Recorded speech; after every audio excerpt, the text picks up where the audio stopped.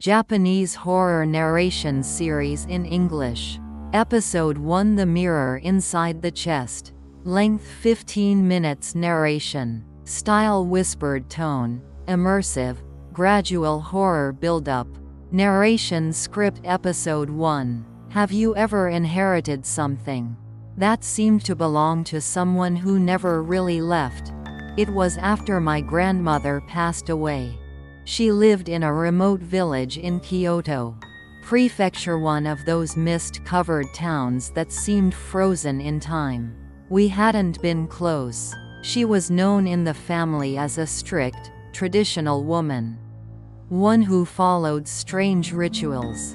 Who locked doors not for protection but to keep something in. When we arrived to clean out her home, it was already dusk. The air had a heavy silence to it, like the house was holding its breath.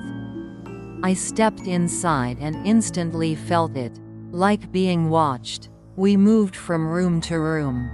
Dust-covered tatami mats, faded scrolls, and then in the farthest room, her old sleeping quarters. We found the chest. It was made of blackened wood, bound in iron. No lock, no name, but carved into the top was a single character. Ying, cage shadow. My cousin opened it first. Inside, wrapped in old silk, was a hand mirror. The glass was flawless. No dust, no cracks, like it had been waiting. Later that night, I couldn't sleep. The countryside was quiet, but not peaceful. Cicadas had stopped. No dogs. Only the creak of old floorboards under my futon. I got up for water and passed the guest room. The room where we'd placed the chest. The door was open. Light flickered inside. A cold breeze touched my skin. I peeked in, and I saw her, sitting in front of the chest, combing her long white hair. She held the mirror, but when I looked closer, the mirror showed no reflection. Only darkness. A moving, writhing darkness. She turned to me and smiled. I ran. I told my family. No one believed me. But the next morning, my cousin was gone. We searched. Police came. But there were no signs of struggle. No broken windows. Only the mirror, lying on the tatami, and one long strand of white hair. I left that village and never returned. But sometimes, I see her. In hotel mirrors, in train windows. Combing her hair. Waiting. They say a mirror can trap a soul. I think that mirror wasn't just trapping one. I think it was feeding on them. And I wonder, how many others saw their reflection disappear just before their body did? Japanese horror narration series in English. Episode titles and themes. The Mirror Inside the Chest. A soul-trapping mirror hidden in a deceased grandmother's chest. Kanseizumi. The Jizo that cried at night. A weeping guardian statue and the vanished children of a remote village. Whispers from the sliding door. A Fusuma door. Sealed for generations, and the voice that calls from behind it. The house that returns you, a cursed house, where the dead walk back in through the front door. The umbrella woman. A ghost who waits under a red umbrella, offering shelter but never letting go. Episode 2 The Jizo that cried at night. Length 15 minutes. Narration. Narration script. Episode 2. Have you ever heard a statue cry? It was the first night I stayed in the village of Nanakubo. I had come to photograph rural Japan, quiet landscapes, forgotten temples, roadside shrines. That day, I passed a row of small stone figures by the mountain trail. Jizo statues. They wore red bibs, hand-knitted hats. Most were worn down with time. But one stood out. It was pristine, polished, and its eyes seemed too deep, too human. I snapped a photo. The old woman who ran the inn gasped when she saw it. "You shouldn't take pictures of that one," she said. I asked why. She only whispered, "Because it remembers." That night, I woke to the sound of water. No, not water. Sobbing. At first, I thought it was a guest. But the sound came from outside by the trail. I stepped out with a flashlight. The path was dark, the air cold. And there it was again, soft, high-pitched crying. I followed it, and then I saw it. The same Jizo statue was weeping. Tears rolled down its stone face. Its eyes were wide open. Its bib was soaked. I blinked, and it was gone. The next morning, I checked my camera. The photo of the Jizo was gone. In its place, a black frame. And a single file name helped me. JPEG. I asked the innkeeper again. Her face turned pale. She told me a story. Years ago, a group of children disappeared on that trail. Their toys were found around that Jizo. Some say their spirits clung to it, begging to be noticed. So the villagers dressed tighter to protect the souls of children.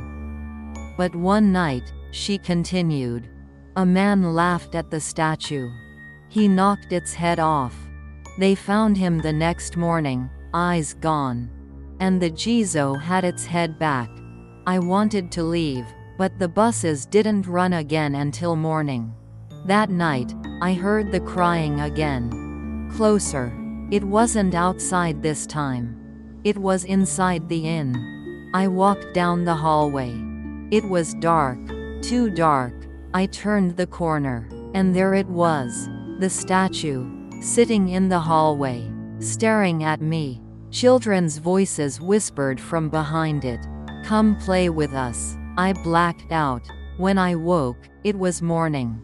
The statue was gone. But in my hand was a tiny red bib. I never returned to Nanakubo. But sometimes, when I close my eyes, I still hear the crying. I don't think those children ever left. And I think the Jizo wants more company. End of episode 2. Tsugini, episode 3. Whispers from the sliding door, Oshipitsui tashimasu. Tsuzukamasu. Episode 3. Whispers from the sliding door. Length 15 minutes. Narration. Narration script. Episode 3. Do you know what's behind your walls? When I was a child, we visited my great-uncle's home every open season. It was an old Japanese-style house in Yamanashi Prefecture. Wooden floors, paper doors, and a heavy silence that never felt right. But what I remember most was the room with the sealed fusuma, a traditional sliding door, painted with faded cranes and clouds, but sealed with nails. 5 nails, one in each corner, and one in the center. As a child, I asked my mother why we couldn't open it. She said, "It's to keep something inside." One night, I got curious. I was around 10. Everyone was asleep, but something kept pulling at my mind. I tiptoed down the hallway with a flashlight. The paper screens glowed faintly in the moonlight. I stood in front of the fusuma. The door was old, but the nails were new. As if someone had sealed it again recently. That's when I heard it. A voice. Small. Whispering. "Let me out." I froze. My breath caught. The voice was thin. Childlike. But wrong-like. It had no air behind it. I backed away. And a loud knock came from behind the door. Then scratching. Long, slow scratches. Like fingernails on wood. I ran. The next day, I asked my great-uncle. He looked terrified. "Never speak to it," he said. "Not even if it sounds like someone you love. It's not them. It's what they left behind." Years passed. I grew up. I moved to Tokyo. When my great-uncle passed away, I returned to handle the house. Everything was just as I remembered.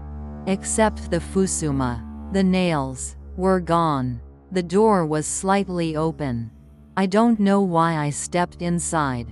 The room was pitch black. Not dusty, just cold. On the floor were dozens of paper dolls. All facing the door. All with stitched mouths. And on the wall, handprints. Hundreds of them. Small, like children's. Some fresh. Some bleeding. Then I heard it again. You opened it. The door slammed shut behind me. I pounded, screamed. No answer. And then, I felt a hand slide across my back. Another across my ankle.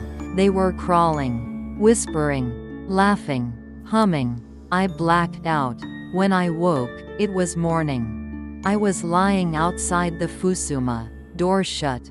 Nails hammered back in. But now, at night, I sometimes hear that same voice in my apartment. Through the wall. Let me out. Whatever I let out that night followed me home. And this time, it won't need a door. End of episode 3. Tsuzuite, episode 4. The House That Returns You, Oshipitsushimasu. Episode 4. The House That Returns You. Length 15 minutes. Narration script. Episode 4. Some houses are not built for the living, but for those who refuse to leave. In a forgotten village in northern Japan, there is a house that no one dares to enter. The locals call it Karyata, the house that returns you. I first heard about it from an urban explorer on an obscure forum. He said the house looked completely normal on the outside. A wooden frame, tiled roof, an old Norin curtain swaying in the wind.